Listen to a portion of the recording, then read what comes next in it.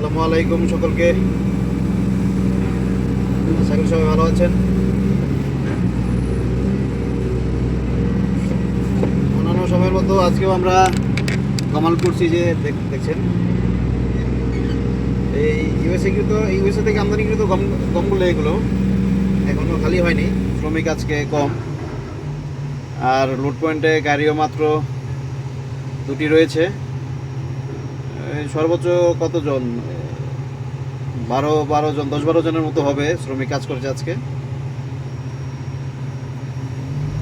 কারণ বর্তমানে আপনারা জানেন যে তেলের একটা ক্রাইসিস চলছে, তো যার ফলে এই যে পণ্য পরিবহনকারী ট্রাকগুলো এগুলো সচরাচর এখন পাওয়া যাচ্ছে না।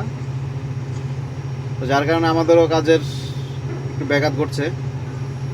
আনলোডিং কার্যক্রম খুবই দীর্ঘদিনে চলছে।